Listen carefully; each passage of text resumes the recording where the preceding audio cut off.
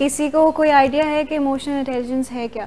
अच्छा, emotional intelligence की basically बात की है, यानी कि जो आपके अपने इमोशंस आपको फील हो रहे हैं उनको एक तो अंडरस्टैंड करना, फिर उन पे एक्ट करना, और जो दूसरों के इमोशंस हैं उनको भी अंडरस्टैंड करना, इसको इमोशनल इंटेलिजेंस कहते हैं। हाँ जी, कह सकते हैं। Two sides of one coin, उसको भी अंडरस्टैंड करना होता है। अच्छा, पहले तो अंडरस्टैंड करने की ज़रूरत है कि इमोशंस क्या होते हैं। इमोशंस एक natural instinctive state of mind है जो कि आपके सर्कमस्टांसेस, मूड और रिलेशनशिप से डिराइव होता है। ये एक फ़िज़िकल रिस्पॉन्स होता है आपकी बॉडी के अंदर बाकायदा चेंजेस हो रहे होते हैं बॉडी के जब आपको कोई इमोशन फील होता है। फॉर एग्जांपल, अगर आप स्ट्रेस्ड हैं तो आपका कोर्टिसोल रिलीज़ हो रहा होता है, अगर आप एंग्री हैं तो कोई और इमोशन, वो न्यूरोट्रांसमीटर रिलीज़ होता है, डोपामिन, सेरोटोनिन रिलीज़ होता है व्हेन यू आर हैप्पी। तो ये होते हैं बेसिकली इमोशंस। इमोशंस और फीलिंग्स के दरमियान किसी को पता है डिफरेंस क्या है? फीलिंग्स भी एक्सटर्नल हो सकती हैं? नहीं, फीलिंग्स भी असर करती हैं। फीलिंग्स और कॉन्शियस, जो एक फंडामेंटल डिफरेंस इमोशंस और फीलिंग्स का है वो कि इमोशंस आपके अनकॉन्शियस में होते हैं, अंदर ही अंदर के चल रहे होते हैं।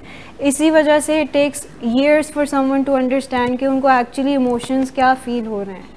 लेकिन जो फीलिंग्स हैं वो कॉन्शियस होती हैं, वो कॉन्शियस लेवल पे ऑपरेट कर रही होती हैं। सो फॉर एग्जांपल, अगर आपका पीछे इमोशन हैप्पीनेस का है तो आगे आपकी फीलिंग आ सकती है, जॉय की आ सकती है, आप स्माइल कर सकते हैं, आप खुश होंगे। ये जो कॉन्शियस लेवल पे रहती हैं और ये ज़्यादा देर तक रहती हैं। इमोशन फ्लीटिंग होता है, फीलिंग जो है वो थोड़ी देर के लिए परसिस्ट करती है और फिर उसके बाद इट फिजल्स आउट। ठीक है, तो कुछ पॉजिटिव इमोशंस यहाँ पे लिखे हुए हैं: love, joy, satisfaction, happiness, serenity. Negative होते हैं fear, anger, disgust, sadness, loneliness, melancholy, annoyance. अभी क्या किसी को फील हो रहा है, कैसी फीलिंग्स हैं? मेलैंकोली क्यों, किस चीज़ पे? अनोयंस। इमोशनल इंटेलिजेंस जो है बेसिकली एक तो पहले अपने इमोशंस को अंडरस्टैंड करना कि आपको उस टाइम पे फील क्या हो रहा है। इंफॉर्मेशन लेनी होती है फ्रॉम द इमोशंस, अपने इमोशंस और दूसरों के इमोशंस। यानी कि अगर आपको हैप्पीनेस फील हो रही है तो देयर इज़ अ चांस कि अगला बंदा शायद हैप्पी नहीं फील कर रहा। तो एक तो आपको इंट्रोस्पेक्टिव होने की ज़रूरत है। इंट्रोस्पेक्टिव क्या होता है, किसी को कुछ आइडिया है? Ability to think inwards, look inside yourself, understand why you are feeling this way. वो एम्पैथी होती है जिसकी आप बात करें, वो एम्पैथी होती है कि अपने आप को किसी दूसरे के शूज़ में डाल के उनके इमोशंस या उनकी फीलिंग्स को अंडरस्टैंड करना, उसको एम्पैथी कहते हैं। वो भी एक इसका पार्ट ही होता है इमोशनल इंटेलिजेंस का। जब तक आपके अंदर एम्पैथी नहीं होगी आप किसी और के इमोशंस अंडरस्टैंड नहीं कर पाएंगे। तो इसलिए इट्स इम्पॉर्टेंट कि आप अगले बंदे को चांस दें to express how their feeling, या जो भी उनके उस टाइम पे आ रही है उनको फिज़िकल मैनिफेस्टेशन जिस चीज़ की भी हो रही है, आप उसको अंडरस्टैंड करें एंड देन उसके ऊपर कोई रिस्पॉन्स दें। ठीक है, तो इसका जो एक की स्ट्रेंथ है वो है enabling us to sense and use emotions in order to manage situations better, improve decision making and achieve positive outcomes. अगर तो आप जो आपका फर्स्ट इंस्टिंक्ट होगा उस पर एक्ट करेंगे तो क्या होगा? अगर तो आप का जो भी किसी भी चीज़ का जो इमीडिएट रिस्पांस होगा आप उस पर, या इंस्टिंक्ट होगा उस पर एक्ट करेंगे तो उससे क्या कॉन्सिक्वेंस निकलेगा? पॉजिटिव होगा, नेगेटिव होगा या न्यूट्रल सा होगा? नेगेटिव किस तरह होगा? बट डू यू थिंक कि वो उस टाइम पे इमोशंस ऑपरेट कर रहे होंगे या वो कोई पीछे उनका लॉजिकल स्कीमा एक चल रहा होगा जिससे ऑपरेट करेंगे? लॉजिकल स्कीमा से ऑपरेट कर रहे हैं ना, राइट। मैं बात कर रही हूँ इमोशंस की। डॉक्टर्स को ये बहुत ज़रूरी होता है एक कोई लॉजिकल डिसीजन लेना। They can't act on emotions because उसके कोई नेगेटिव कॉन्सिक्वेंस आ सकता है एट सम पॉइंट, किसी की जान जा सकती है। तो उनको सारा कैलकुलेटेड एक डिसीजन लेना होता है। मैं बात कर रही हूँ इम्पल्स डिसीजन का, कि कोई कॉस्ट बेनिफिट एनालिसिस किसी चीज़ का नहीं किया है। इमोशन आया, एंगर का इमोशन आया, साथ ही हमने बस कुछ कह दिया, आउटबर्स्ट हो गया, तो उससे तो नेगेटिव ही आएगा ना इमोशंस पे जब एक्ट करेंगे। तो इसलिए थोड़ा सा कॉस्ट बेनिफिट एनालिसिस पहले उसके बारे में सोचना होता है थोड़ा सा। ये कुछ कंपोनेंट्स हैं इमोशनल इंटेलिजेंस के जिसको अंडरस्टैंड करने की ज़रूरत है। ये सारे इंटरलिंक्ड हैं आपस में। सबसे पहले आता है सेल्फ रिकग्निशन, जिसमें होता है सेल्फ अवेयरनेस। एक तो पहले आइडेंटिफाई करना होता है कि हु आई एम, मैं क्या हूँ, मैं क्या चाहता हूँ। उसमें पहला है पर्सनल पर्पस। पर्सनल पर्पस की क्या एग्जांपल हो सकती है? पर्सनल पर्पस जब आपको क्लियर होगा तब भी आप अंडरस्टैंड कर पाएंगे ना कि आगे अब हमने किस तरह रिएक्ट करना है। तो दूसरा स्टेप है नोइंग योर सेल्फ। इसमें आ जाता है कि नोइंग योर लिमिटेशंस, पहली चीज़ अपनी वीकनेसेस और स्ट्रेंथ्स पता हो। अगर आपको लगता है कि आप किसी कॉन्फ्रंटेशन में नहीं यानी कि उसको सही से डील कर सकते, तो इट्स बेटर कि आप उस टाइम पे सेफ एग्जिट ले लें, क्योंकि हो सकता है कि उस टाइम पे फिर आप कोई ऐसी बात कह दें जो आप बाद में रिग्रेट करें। या अगर आपको लगता है कि आप इस बंदे से अभी कॉन्वर्सेशन के लिए नहीं यानी कि रेडी हैं या नहीं, you are not feeling up to it, तो आप उस टाइम पे ना कॉन्वर्सेट करें उस बंदे के साथ। Knowing your boundaries, knowing your strengths, your weaknesses, कहाँ पे आप बेहतर कर सकते हैं अपने आप को, कहाँ पे आपको इम्प्रूव करने की ज़रूरत है। फिर है नोइंग फीलिंग्स, जो आपको फीलिंग्स आ रही हैं उनको पहले रिकग्नाइज़ करना, क्योंकि फीलिंग्स एकदम आती हैं तो उस टाइम पे रिकग्नाइज़ करना होता है। चिम्ब्रेन से आ रही होती है ना फीलिंग्स, तो उस टाइम पे रिकग्नाइज़ करना होता है कि ये फीलिंग्स हैं, तो इसको अब हमने क्या करना है आगे, स्टॉप करेंगे, फिर थिंक करेंगे, देन विल रिएक्ट। तो ये आ जाता है सेल्फ रिकग्निशन में। बेसिकली ये पूरा इंट्रोस्पेक्शन का ही एक चीज़ है कि अपने अंदर झांक के देखना है कि मैं हूँ कौन और मैं अपने आप से चाहता क्या हूँ, what do I want from my self, who I am. ठीक है, तो आप थोड़ा सा इंट्रोस्पेक्ट किया करें। आप करते हैं इंट्रोस्पेक्ट? इंट्रोस्पेक्ट का बेसिक मतलब ये है कि अपने अंदर झांक के देखना, थोड़ा सा अंडरस्टैंड करना, अपने से सवाल पूछना कि मैं क्या चाहता हूँ आगे, या मैं हूँ क्या। सोशल रिकग्निशन, जिसमें सोशल अवेयरनेस होती है। Empathy, connecting, resonant leadership. Empathy सबसे इम्पॉर्टेंट चीज़। एम्पैथी का ऑपोजिट क्या होता है? सिंपैथी। सिंपैथी बस हम उस टाइम बीइंग के लिए कर रहे होते हैं, हम एक्चुअली अंडरस्टैंड नहीं कर रहे होते कि अगला बंदा, ज़रूरी क्यों है कि अगले बंदे की हम इमोशन समझें। हमने अपने इमोशन समझ लिए हैं तो अगले बंदे की समझने की ज़रूरत क्या है? You can connect with the other person.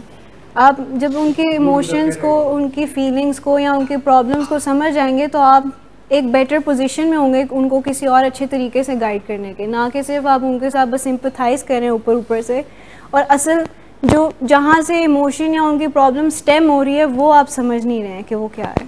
तो जब आप दूसरों के इमोशंस को अंडरस्टैंड कर लेंगे, उनके साथ एम्पथाइज़ कर लेंगे, तो आप जो है एक बेहतर तरीके से उनकी हेल्प कर सकते हैं, उनसे बात कर सकते हैं। यही सारा एक इमोशनल इंटेलिजेंस का क्रक्स है कि एक तो अपनी फीलिंग्स और अपने इमोशंस को अंडरस्टैंड करने के साथ साथ दूसरों के भी अंडरस्टैंड करने हैं, ताकि एक बैलेंस्ड आप उनको आगे कोई रिएक्शन दे सकें।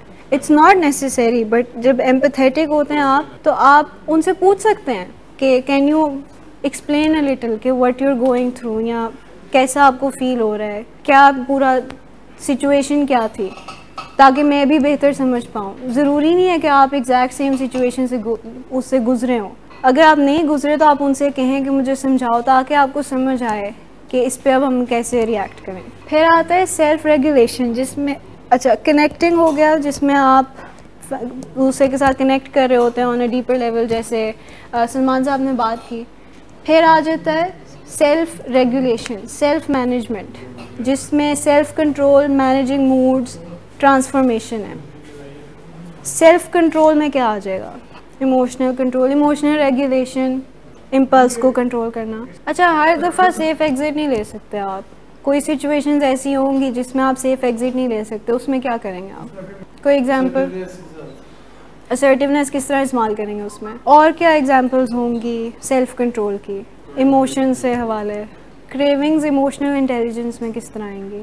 सेल्फ कंट्रोल की एक ये एग्जांपल हो सकती है कि कभी हम ऐसी सिचुएशन में होते हैं जहाँ पे बहुत दिल चाह रहा होता है कि हम ये बात कह दें किसी को, बस बजाय हम नहीं सोचते कि अगले बंदे को बुरा लगेगा या अगला बंदा इससे हर्ट होगा या इससे सिचुएशन और ख़राब हो जाएगी, लड़ाई तक बात जा सकती है। लेकिन हम उस टाइम पे थोड़ा सा एक वहाँ पे सोचते हैं, इंट्रोस्पेक्ट करते हैं कि अगर मैं ये रिएक्शन देता हूँ तो इससे आगे क्या मुझे मिलेगा, कॉन्सिक्वेंस क्या आएगा, पॉजिटिव आएगा, नेगेटिव आएगा। अगर तो नेगेटिव कॉन्सिक्वेंस आ रहा है तो उस टाइम पे आप सेल्फ कंट्रोल एक्सरसाइज करते हैं। आप कहते हैं कि अच्छा ठीक है, अभी नहीं ऐसी बात करनी चाहिए, क्योंकि अगला बंदा भी रेडी नहीं है ये सुनने के लिए, और मैं भी अभी इमोशन से ड्रिवन हूँ, तो मैंने इसको कोई ऐसी बुरी बात कह देनी है। तो अभी बेहतर है कि मैं कुछ अर्से बाद इससे, या थोड़ी देर बाद जब थोड़ा सा वो काम डाउन हो जाए, मैं भी काम डाउन हो जाऊँ, फिर मैं उससे बात कर लेता हूँ इस बारे में। सेल्फ कंट्रोल में एक ये भी एग्जांपल आती है। Managing your moods, mood swing सबको आते हैं, कभी होता है हम बहुत डाउन होते हैं, कभी हम बहुत खुश होते हैं, इरिटेट हो रहे होते हैं। तो मूड मैनेजमेंट बहुत ज़रूरी होती है इमोशनल इंटेलिजेंस के लिए। फिर आता है सोशल रेगुलेशन, जिसमें रिलेशनशिप मैनेजमेंट होती है, कोलैबोरेटिव कॉन्वर्सेशन होती है। अगर आपके कहीं पे कॉन्फ्लिक्ट आ रहा है किसी के साथ, आप उनके साथ पहले बैठते हैं, उनसे बात करते हैं, आप कहते हैं कि अच्छा you present your point of view, I present my point of view, and then will find कोई एक मिडल ग्राउंड हम ढूंढते हैं, जिस मिडल ग्राउंड में हम आप भी सेटिस्फाइड हो, मैं भी सेटिस्फाइड हूँ, एक विन विन सिचुएशन यानी कि क्रिएट करते हैं। कोलैबोरेटिव कॉन्वर्सेशन ये होती है, यानी कि अगर अगला बंदा कोई किसी और चीज़ की वजह से उस तरह ऑपरेट कर रहे हो और आप किसी और वजह से, लेकिन इमोशन आप लोगों का सेम है, तो आप उनके साथ बात कर सकते हैं और उनके रीजंस फाइंड आउट कर सकते हैं, अपने रीजंस बता सकते हैं उनको, एंड देन एक अच्छा सा जैसे एक बना सकते हैं आप मिडिल ग्राउंड या सेफ स्पेस ही बना सकते हैं जिसमें you can talk about it. फिर लर्निंग एंड कोचिंग, जब आप अपने आप को रिकग्नाइज कर लेंगे, अपने इमोशन सारी चीज़ों को रिकग्नाइज कर लेंगे, you can help others as well to understand their emotions, kind of like the 12 steps. किस तरह? जब आपने खुद ही कुछ लर्न नहीं किया होगा, जब आपके अपने ही इमोशंस मैनेज नहीं हो रहे हैं, अपने इमोशंस रेगुलेट नहीं हो रहे, तो आप दूसरों को कैसे सिखाएंगे? इसलिए अपने आप से पहले स्टार्ट करना होता है। अपने इमोशंस जब आप समझ पाएंगे, मैनेज कर पाएंगे, आपको पता होगा कि ठीक है हम इसको इस तरह, ये इमोशन है इसको इस तरह मैनेज कर सकते हैं, ये मेरे ट्रिगर्स हैं, तो आप अगले बंदे को बता सकते हैं कि this is what I did, तो आप भी ये कर सकते हो। तो इससे आपका भी चांस है कि आप अपने इमोशंस को रेगुलेट कर सकते हैं या अंडरस्टैंड कर सकते हैं अपने इमोशंस को। फिर है बिल्डिंग टीम्स एंड अलायंसेस। ये ज़्यादा वर्क रिलेटेड होता है कि इमोशनल इंटेलिजेंस में बिल्डिंग टीम्स एंड अलायंसेस, क्योंकि टीम वर्क से ही आप यानी कि आगे बढ़ सकते हैं। यहाँ पे भी टीम वर्क हो सकता है, आप एक दूसरे को हेल्प कर सकते हैं थेरेप्यूटिक फीडबैक देके। अच्छा, एक एक्टिविटी करते हैं हम जिससे हम अंडरस्टैंड कर सकेंगे कि आपने क्या अपने साथ इमोशंस एसोसिएट किए हुए हैं। अच्छा, इसको हम कहते हैं नेम गेम। जैसे यहाँ पे उन्होंने जेन डो लिखा हुआ है और उसने इस तरह अपने नाम यानी कि लेटर्स को किया है और उसके बाद आगे अपने सारे इमोशंस लिखे हैं। तो आई वुड लाइक कि आप लोग भी ये करें।